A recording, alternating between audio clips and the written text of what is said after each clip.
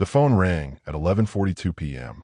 I was half asleep in my recliner, my right shoulder aching from the cold the way it always did in December, when the screen lit up. Rachel, my daughter. I answered on the second ring. Dad. Her voice cracked. For a second, I thought something had happened to one of the kids, my mind cycling through car accidents and emergency rooms the way a father's mind always does at that hour of the night, before she'd even finished her sentence. Rachel, what's wrong? There was a long pause. Then I heard her crying. Not the polite kind people do when they're embarrassed. Real crying. Dad, why are you all over Facebook? I sat there blinking. The television was off. The house was dark except for the lamp beside my chair. Rachel, what are you talking about? Someone posted a video. It's got like 40,000 shares already. Perry's cousin sent it to Mom. I rubbed my eyes. My hand still stung from a scrape I'd gotten a few hours earlier. Sweetheart, slow down. She took a shaky breath. Dad, I didn't know. And right there, before she said another word, I knew exactly what she meant. Because 5 hours earlier, my daughter had told me not to come for Christmas. The strange thing is, that wasn't even the worst conversation we'd ever had. Not by a long shot. The worst conversations usually happen quietly. No yelling. No slam doors. No dramatic speeches. Just a few words that stay with you longer than they should. 4 days earlier, I was sitting at my kitchen table in Traverse City, Michigan, paying bills and pretending retirement was as relaxing as everyone says it is. My house was quiet. Too quiet, if I'm being honest. My wife and I had divorced 11 years earlier. Since then, I'd learned how to live alone. You learn little routines. You make coffee for one. You eat leftovers for 2 nights instead of one. You talk to the cat. Then the cat passes and you talk to the radio instead. Life gets smaller. Not bad, just smaller. Carol and I hadn't ended badly. Not the way some marriages do. There was no affair, no screaming match that the neighbors overheard. Nothing dramatic enough to make a good story at a bar. We'd simply drifted, the way 2 people can drift even while sleeping in the same bed. Until one Tuesday in March we sat at this same kitchen table and admitted neither of us could remember the last time we'd laughed at the same thing. Rachel was 19 by then, already gone to college, spared most of the fallout except for the holidays that got complicated afterward, the way holidays always do. Carol remarried within 3 years. I didn't, not because nobody asked, but because after 31 years fixing other people's emergencies for a living, the idea of building something new from scratch exhausted me more than it excited me. I told myself I was content. Most days I nearly believed it. The bright spots were always my daughter and my grandkids. At least they used to be. I still remember teaching Rachel how to change a tire in our driveway when she was 16, insisting she'd never be stranded because some man hadn't shown up to help her. I remembered sitting through 11 consecutive holiday concerts that felt longer than some winters. I remembered helping her move into her first apartment, then helping her move out, then helping her move again, twice, in the same year, without a single complaint. I remember driving 4 hours in a snowstorm the week Mason was born, arriving at the hospital before Perry did, and how Rachel had looked at me from that hospital bed like I was still the only person in the world she trusted completely. I hadn't thought about that moment in years until everything else happened, and once I did, I couldn't stop. That's what fathers do, or at least that's what I thought. My phone rang that afternoon. Rachel. I smiled when I saw her name. Hey, kiddo. Hi, Dad. Something sounded off immediately. Parents know. Doesn't matter if your kids are 6 or 36. You know, everything okay? I asked. Yeah. Too fast. Then silence. I leaned back in my chair. What is it? Another pause. Finally, she said it. Mom and Perry are hosting Christmas this year. Perry, my ex-wife's husband. They've been married about 5 years. Perry wasn't a monster. That's the thing. Life would have actually been simpler if he were. He wasn't cruel. He was just the kind of man who always needed to be the most interesting person in any room he walked into. If somebody mentioned a fishing trip, Perry had caught something bigger. If somebody ran a 5K, Perry had run a marathon. If somebody donated to a food drive, Perry had organized one. After a while, it became exhausting. Still, I kept things civil. For Rachel. Always for Rachel. Okay, I said. What time should I come over? The line went quiet. That's when I knew. My stomach sank before she even answered. Dad. I stared out the window at the snow piling against the mailbox. Dad. Maybe this year. She stopped. Then started again. We're trying to make Perry feel more like part of the family. I didn't say anything. Honestly, I wasn't sure I'd heard her correctly. So, she cleared her throat. Maybe it'd be easier if you sat this one out. The words settled into the room slowly, like dust. I looked at the artificial tree, standing in the corner, the same one I'd owned for almost 18 years. A few ornaments Rachel made in elementary school still hung on the lower branches. One was a lopsided clay reindeer. Another was a popsicle stick sled. I'd kept them all, apparently longer than she'd kept me. "Are you there?" she asked softly. "Yeah." I swallowed. "Yeah, I'm here. Dad, please don't take this personally." That almost made me laugh. Not because it was funny, but because there was no other way to take it. I could hear the discomfort in her voice, though. She already knew she was hurting me. She just wanted permission to do it anyway. So I gave it to her. "I understand, sweetheart." Another silence. "Really? Sure." The lie came out smoother than I expected. We talked another minute about nothing important, and then the call ended. I sat there alone. The furnace kicked on. Outside, snow drifted across the street. I stayed at the table for nearly 20 minutes, just sitting, thinking, trying to decide whether I was angry. The truth was I wasn't. Not at first. Mostly I felt tired, the kind of tired that's hard to explain unless you're past 60. Not physically, emotionally. Like you'd spent years carrying something heavy and suddenly realized nobody had noticed you were carrying it at all. The next morning I went shopping anyway. I bought gifts for the grandkids, a model rocket kit for Mason and a set of watercolors for Grace. For Rachel, I got something different. Not expensive, just meaningful. Over the following 2 nights, I sat on my dining room table and wrote her 28 letters, one for every Christmas since her mother and I split, sealed in envelopes numbered by year, each one describing something I remembered from that particular December.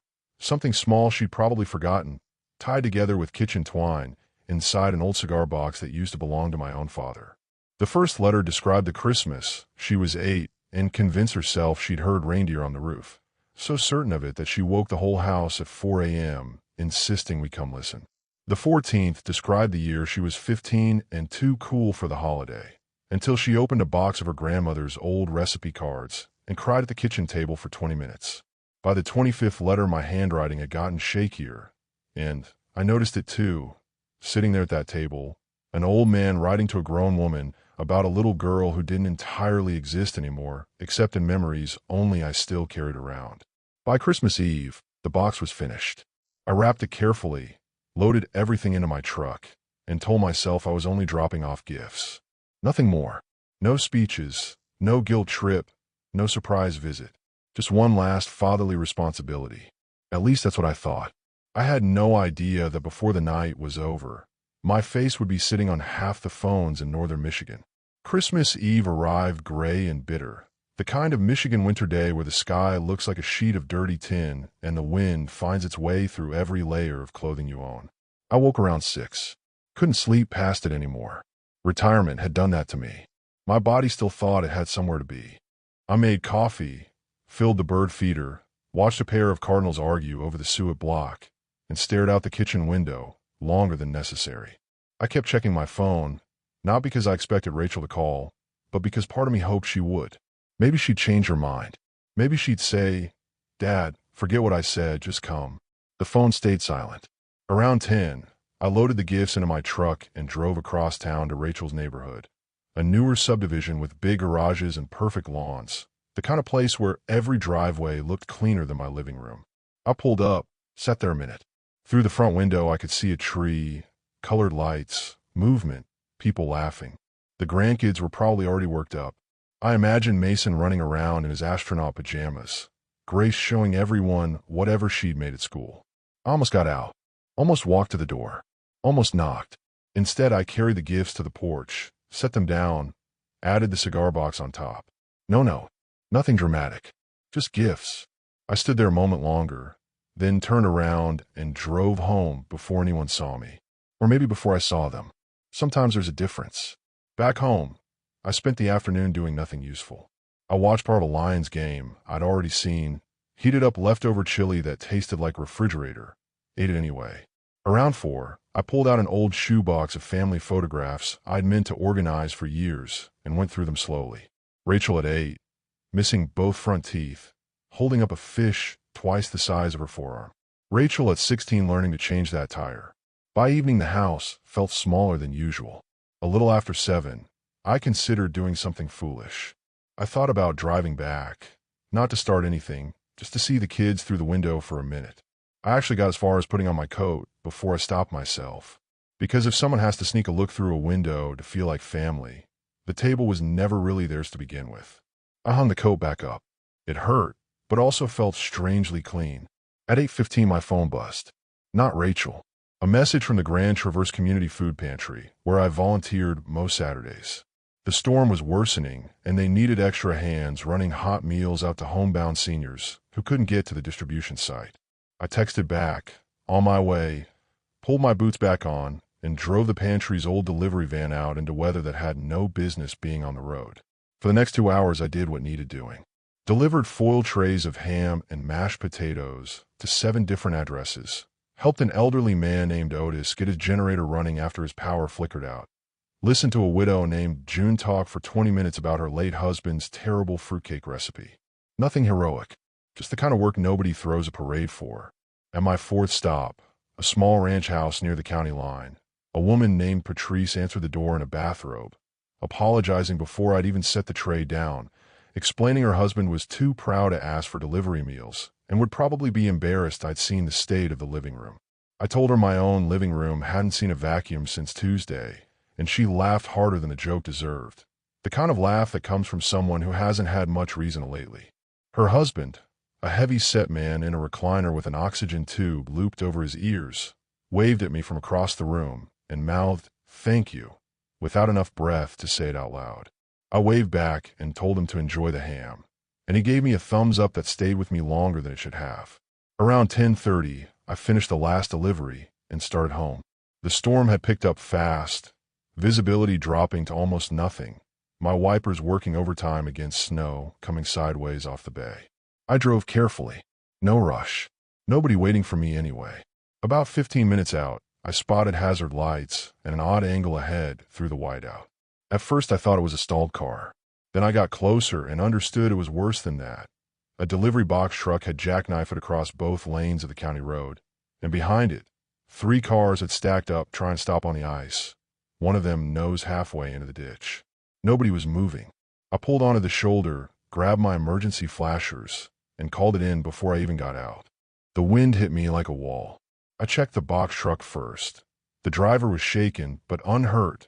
Seatbelt had done its job, though he kept apologizing to nobody in particular about the load of holiday packages now scattered across both lanes. Then I moved to the cars. A young couple in the first one, both fine, more scared than anything, the woman gripping her boyfriend's arm, so hard her knuckles had gone white. In the second, an older woman traveling alone, her sedan tilted into the ditch at a bad angle, her door jammed against the snowbank. I climbed down to her window. "I'm Walt," I said. "Help's coming, and I'm not leaving till it does." That simple sentence lowered the panic in her voice almost immediately. 31 years fixing storm-damaged power lines teaches you something useful. People can handle bad news. What breaks them is uncertainty. I worked the door free enough to get her window down, wrapped an emergency blanket from my truck around her shoulders, and stayed crouched beside that car talking about nothing in particular. Her grandchildren, the drive she'd been making to see them, a recipe for spice cider she insisted I write down even as her teeth chattered, until first responders arrived. Then my boot caught black ice at the worst possible angle. I went down hard, my right shoulder taking the brunt of it, my palm scraping open against the frozen gravel shoulder. A young state trooper hauled me back up. "You all right, sir? Depends how old you think I am." He laughed. I didn't, because my shoulder fell about 90. By the time paramedics finished checking everyone, my hand was bandaged, my shoulder was swelling, and a local news stringer who'd been monitoring the scanner had arrived with her phone already recording, catching the last few minutes of the cleanup on video for a local weather alert Facebook page with a following in the low hundreds of thousands. She asked me a couple of questions while I sat in the back of an ambulance with a blanket around me. I answered without thinking much about it. I was cold, tired, ready to go home. Television or Facebook or whatever this was the last thing on my mind. "Do you have people waiting up for you tonight?" she asked, mostly making conversation while she filmed. I gave her the honest answer. Nothing more. Not really. My daughter's celebrating with her mother's family this year. That's all right, though. That was it. 11 seconds. No anger. No bitterness. Just the truth spoken by a tired old man in a snowstorm.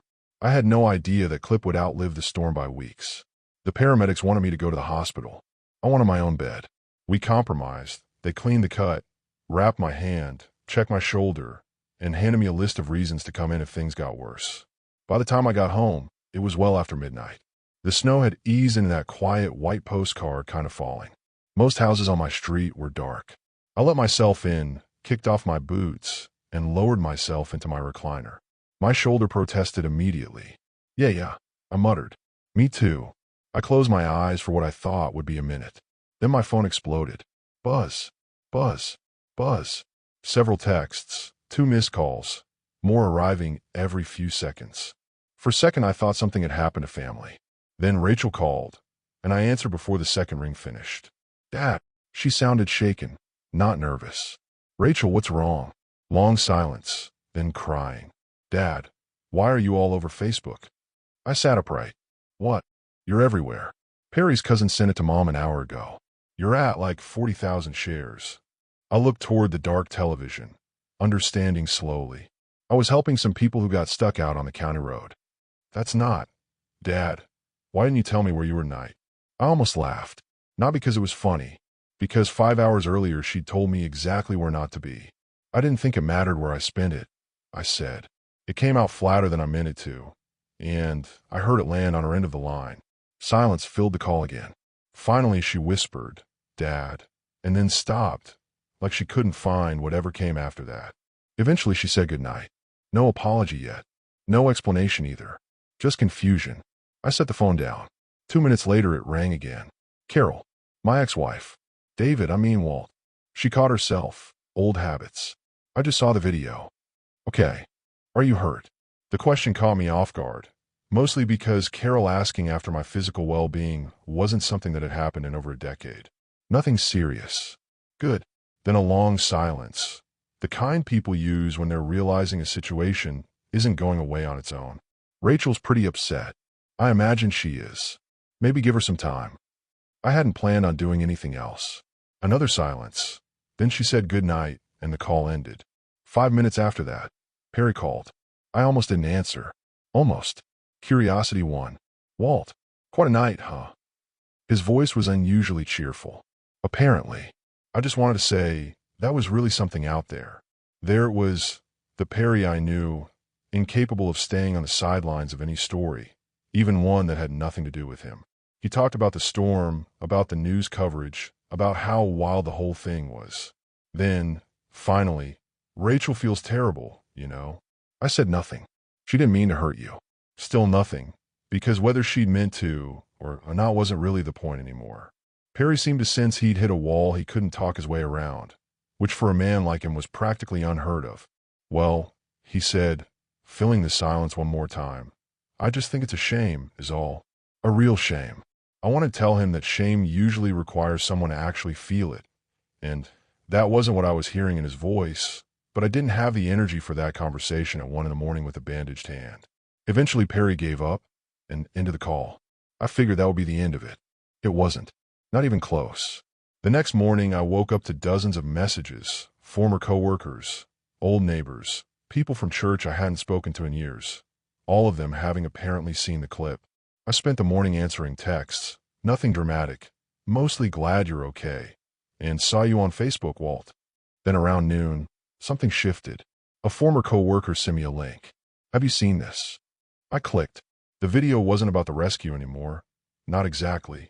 Somebody had pulled the last 11 seconds of the stringer's footage, the part where I answered her question about family, and set it against a slow piano track with the caption, "This is why you call your parents."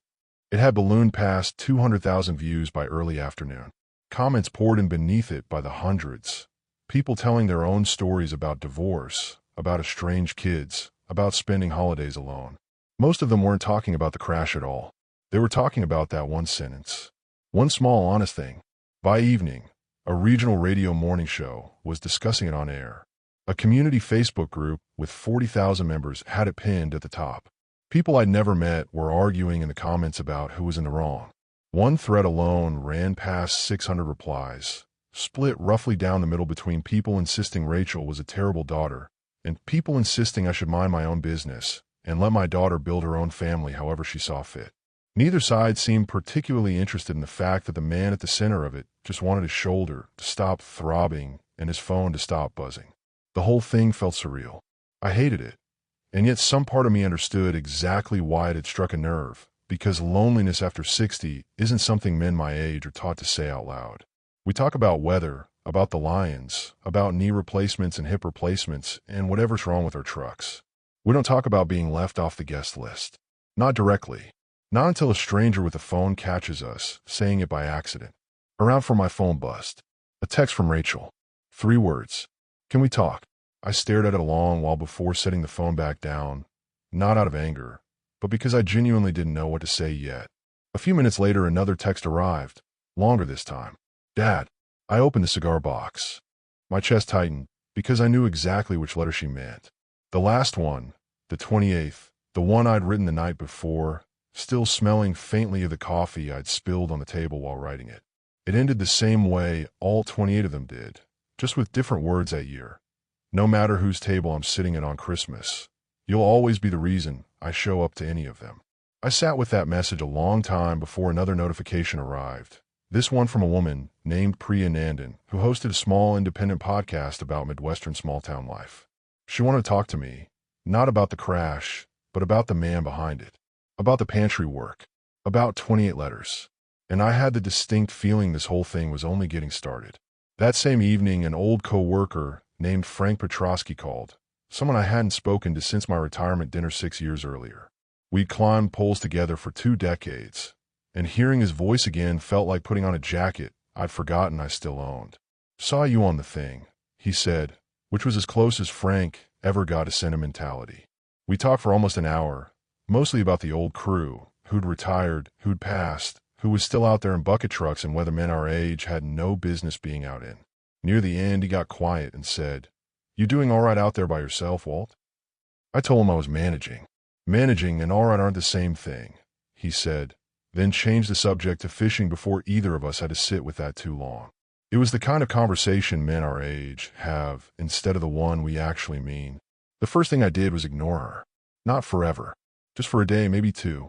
At 65, I learned that not every ringing phone deserves an answer, especially once half the people calling seemed suddenly fascinated by my existence. The crash itself didn't bother me. The attention did.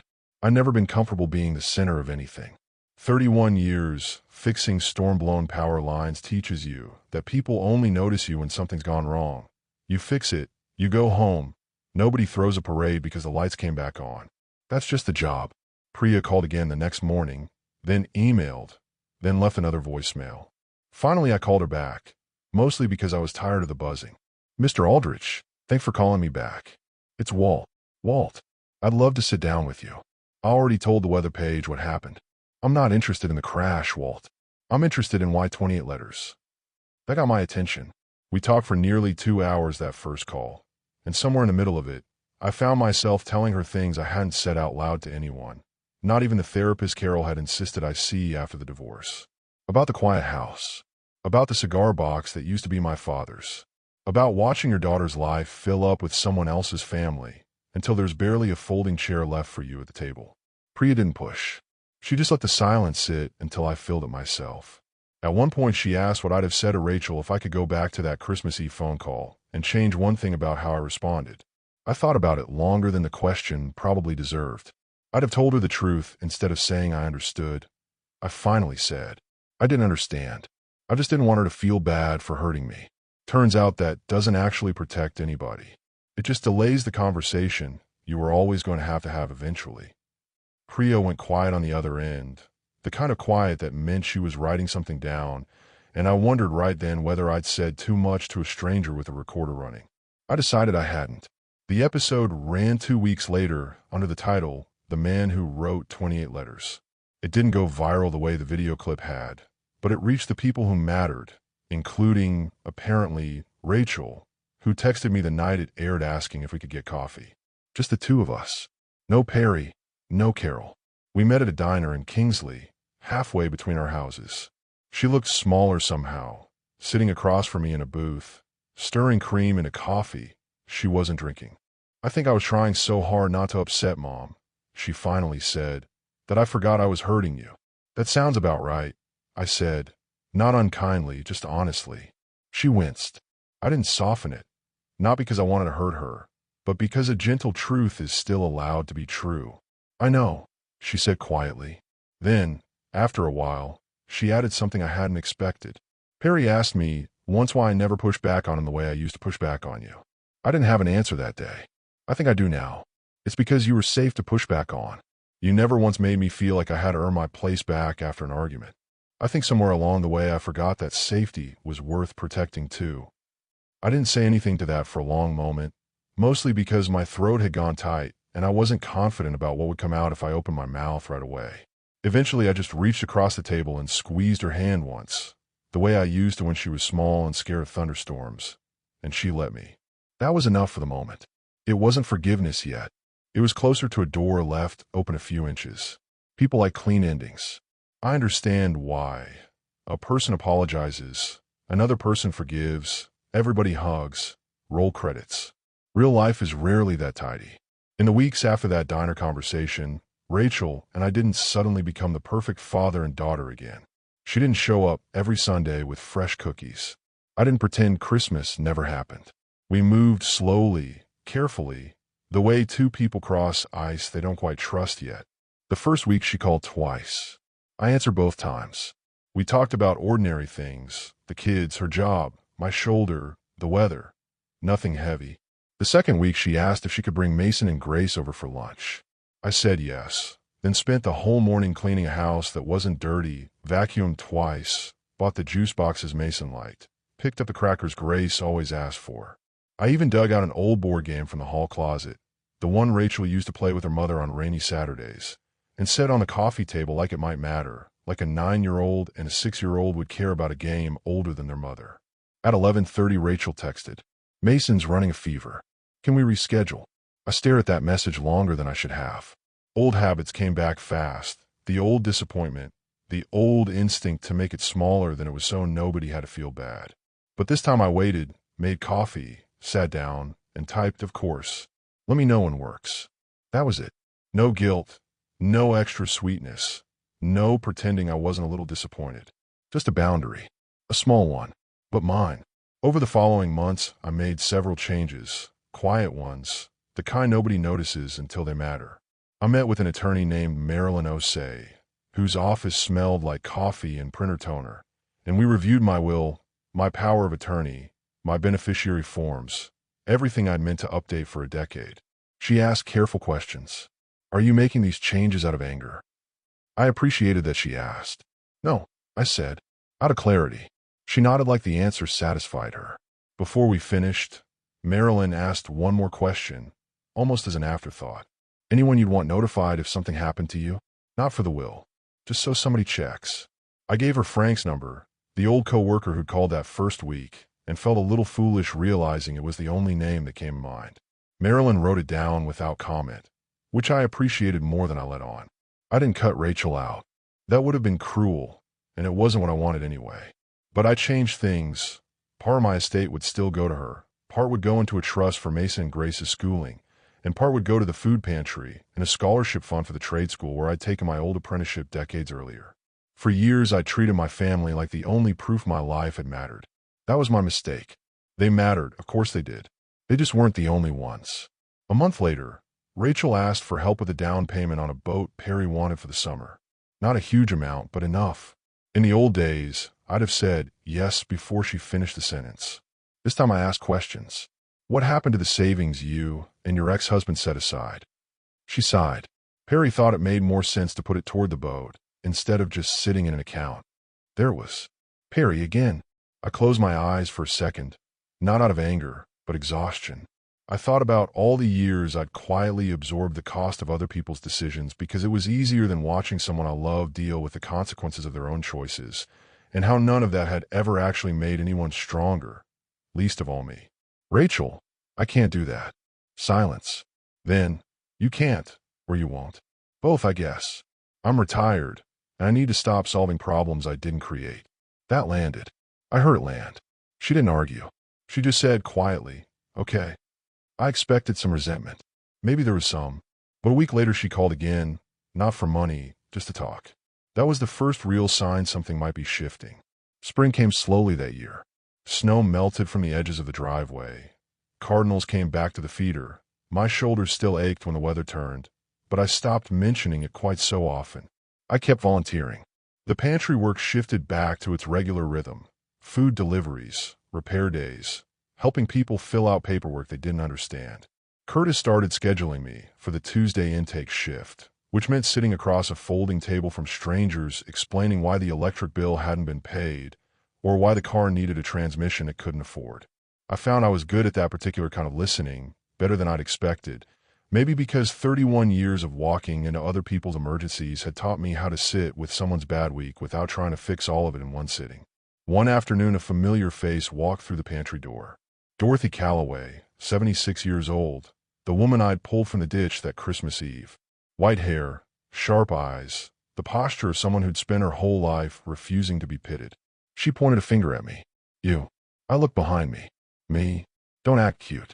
You're the man who wouldn't stop telling me not to apologize for being slow getting out of that car." I laughed. "Well, you were apologizing an awful lot." She started coming by every Thursday after that, not because she needed anything, but because she wanted to help. She organized the donated coats with the seriousness of a military inspection, and if anyone put children's mittens in the adult bin, Dorothy corrected them like they'd committed a federal offense. Within a month, she'd also reorganized the pantry's donation intake spreadsheet, which nobody had asked her to do, and which turned out to be exactly what the place needed. The center director, a soft-spoken man named Curtis, told me privately that Dorothy had accomplished more in 3 Thursdays than 2 grant consultants had managed in a year. I told him that didn't surprise me one bit. I liked her immediately. Rachel met her once.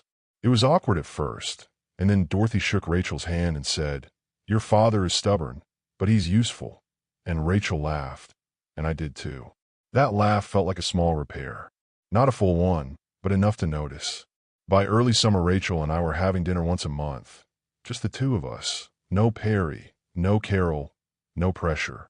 Sometimes we talked about old memories. Sometimes about what had gone wrong.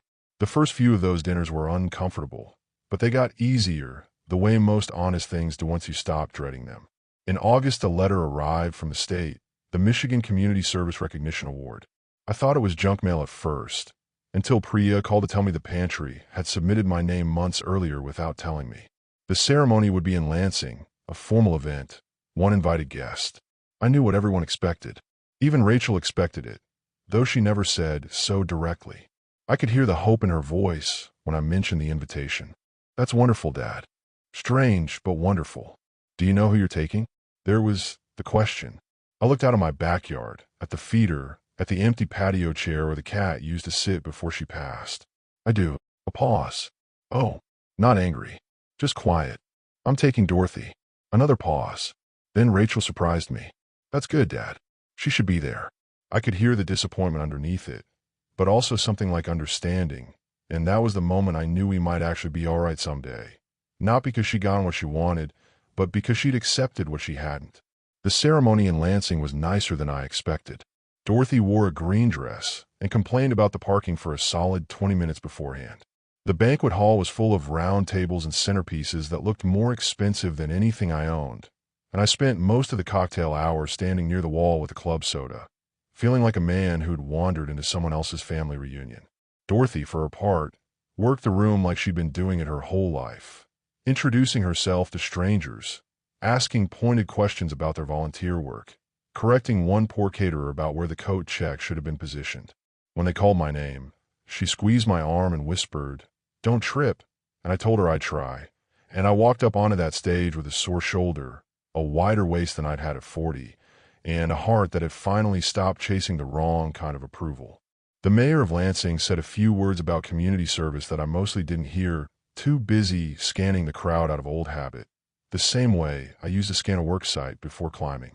Afterward, a reporter from a statewide outlet asked if she could get a photo, and I obliged, standing a little too stiffly with a plaque I didn't quite know what to do with my hands around. Dorothy fixed my collar before the photo without asking permission, the way she'd apparently decided she was now allowed to do. Afterward, Dorothy and I ate dinner at a small place near the Capitol. She ordered pie. I ordered coffee. We talked about ordinary things, weather, bad drivers, good soup.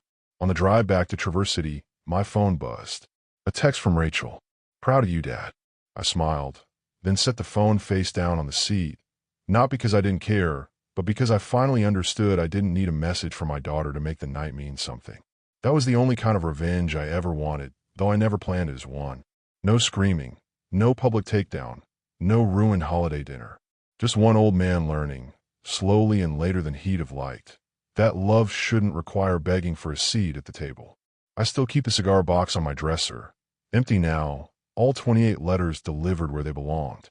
Some nights I think about starting a new stack, one letter a year for whatever years I've got left, not out of hurt this time, just out of habit, the good kind. Dorothy tells me that's a fine idea, and that I should get started before I forget, which is her way of reminding me I'm not as young as I used to think I was. She's usually right about that sort of thing. I still love my daughter. I always will. But I no longer mistake being needed for being valued, and I don't save a chair for people who only remember I'm there when the cameras happen to be pointed my way. Sometimes family forgets your worth until strangers remind them of it first. If you've ever been overlooked by people you gave your whole life to, I hope you hear this clearly. You still matter. And if any of this stayed with you, I hope you'll share your own story with someone who might need to hear it tonight. I think about that Christmas Eve often, the version of it that almost happened, the one where I stayed home entirely and let the whole night pass in silence with nobody any wiser. I think about how close I came to not answering that text from the pantry, how close I came to just going to bed angry and staying there. It wasn't courage that got me out into that storm. It was mostly just habit, the plain, unglamorous habit of showing up for people even when nobody's shown up for you first. I've come to think that's most of what a good life actually is. Not the big gestures, not the viral moments, just the habit of showing up over and over, long after anyone's counting.